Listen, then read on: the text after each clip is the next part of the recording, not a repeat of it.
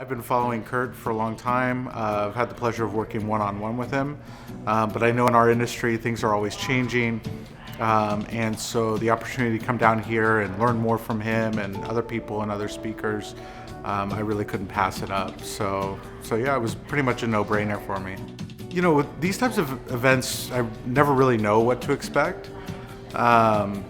Because there's always surprises, you know what I mean? And there's always things that you didn't think that you'd learn or people you didn't think that you'd meet, that things just end up happening. So I really didn't have any expectations. I knew I would learn a lot. I'd see some great people speak and meet some amazing people. Specifically, I would say some of the biggest takeaways I got were definitely with audiences and certain exclusions to push people down the funnels.